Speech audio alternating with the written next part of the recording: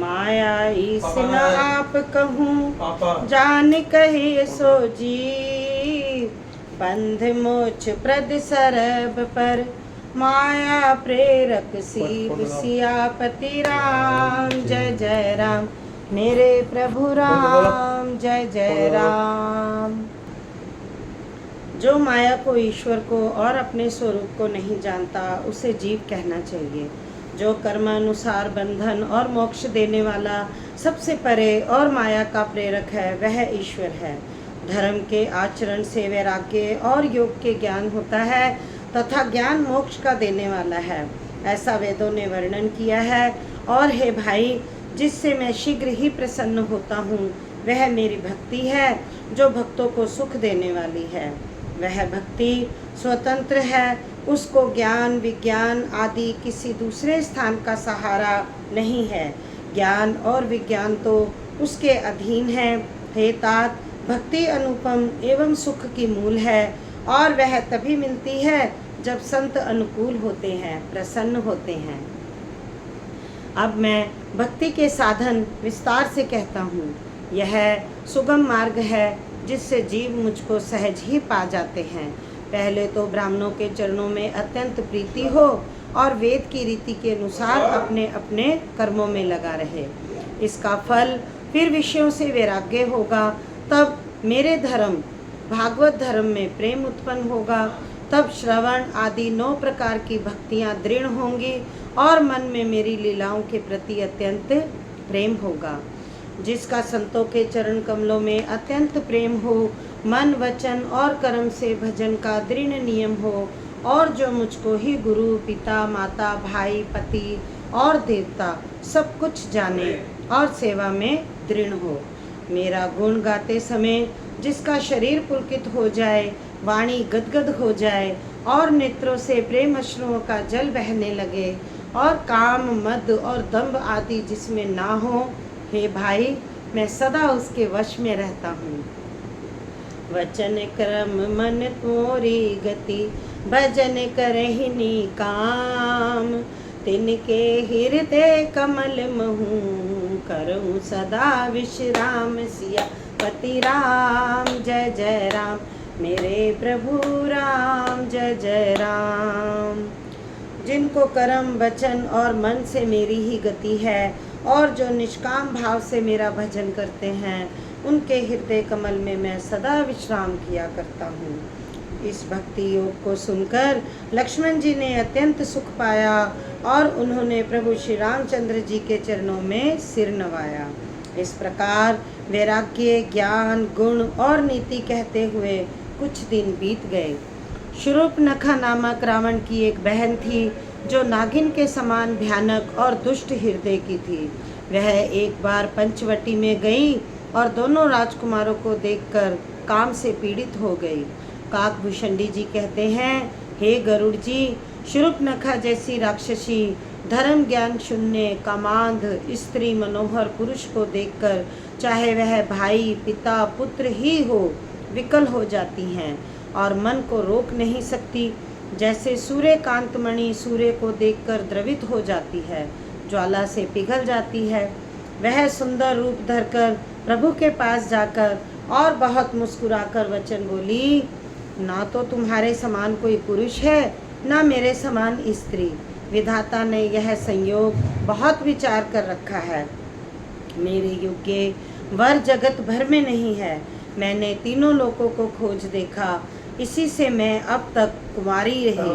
अब तुमको देखकर कुछ मन ठहरा। अब तुमको देखकर कुछ मन ठहरा है। हाँ सही। पैक करो। सीता जी की ओर देखकर प्रभु श्री रामचंद्र जी ने यही बात कही कि मेरा छोटा भाई कुमार है, ऐसे रखो। हाँ। तब वह लक्ष्मण जी के पास गई।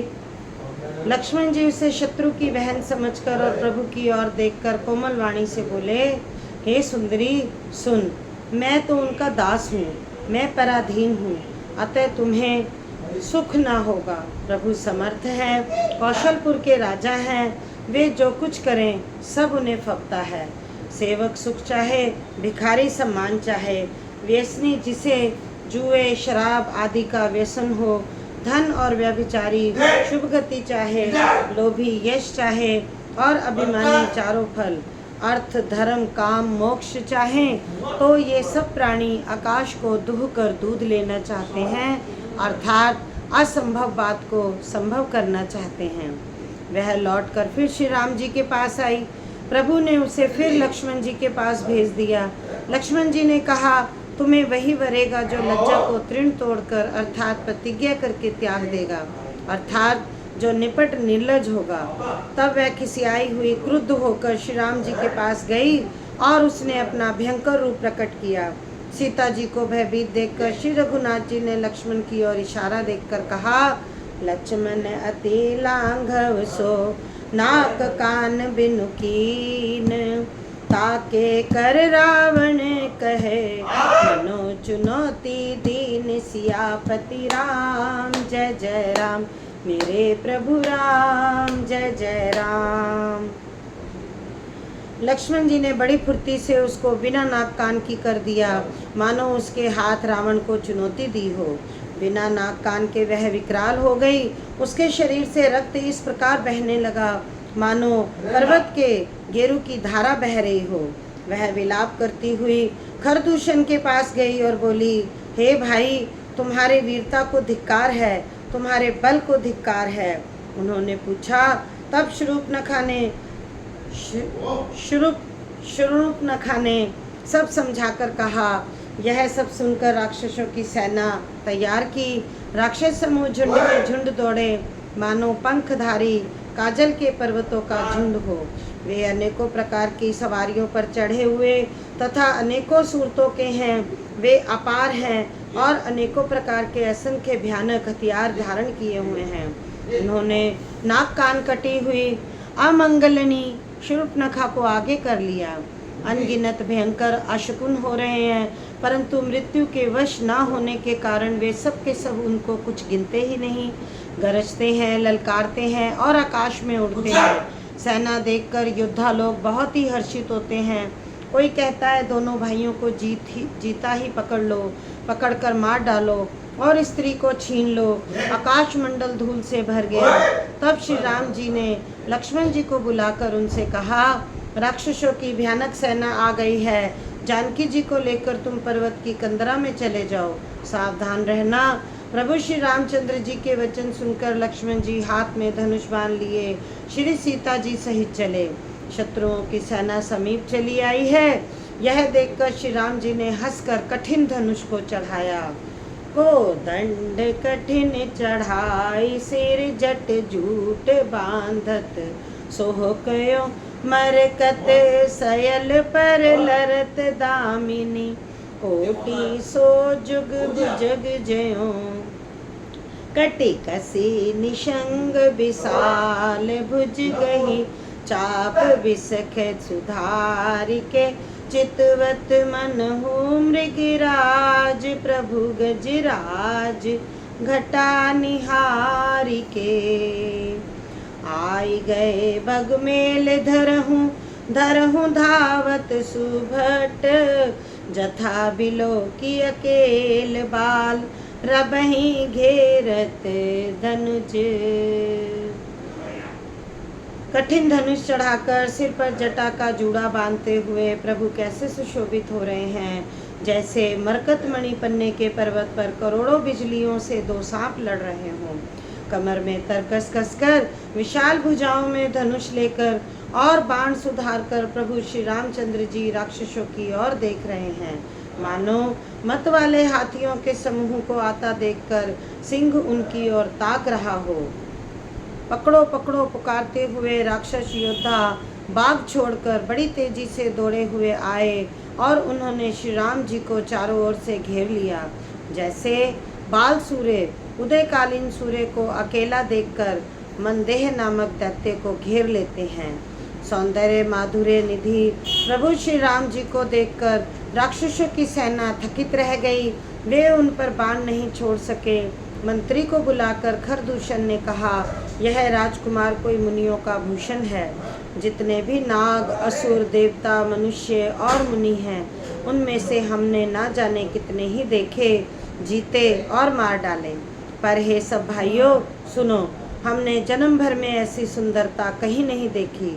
यद्यपि उन्होंने हमारी बहन को कुरूप कर दिया, तथापि ये अनुपम पुरुष वध करने योग्य नहीं है। छिपाई हुई अपनी स्त्री हमें तुरंत दे दो और दोनों भाई जीते जी घर लौट जाओ। मेरा यह कथन तुम लोग उसे सुनाओ और उसका वचन सुनकर शीघ्र आओ। दूतों ने जाकर यह संदेश श्री रामचंद्र जी से कहा। उसे सुनते ही श्री रामचंद्र जी मुस्कुराकर बोले, हम क्षत्रिय हैं, वन में शिकार करते हैं और तुम्हारे सरीखे दुष्ट पशुओं को तो ढूंढते ही फिरते हैं।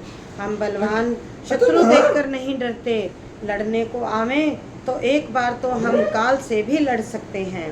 यद्यपि हम मनुष्य हैं, परंतु दैत्य कुल का नाश करने वाले और मुनियों की रक्षा करने वाले हैं। बालक हैं, परंतु हे दुष्टों के दंड देने वाले, यदि बल ना हो तो घर लौट जाओ। संग्राम में पीठ दिखाने वाले किसी को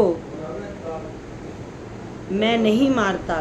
रण में चढ़कर आकर कपट चतुराई करना और शत्रु पर कृपा करना, दया दिखाना तो बड़ा भारी कायरता है।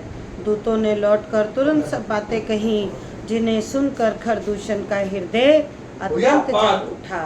बोलो सियापति रामचंद्र भगवान की जय।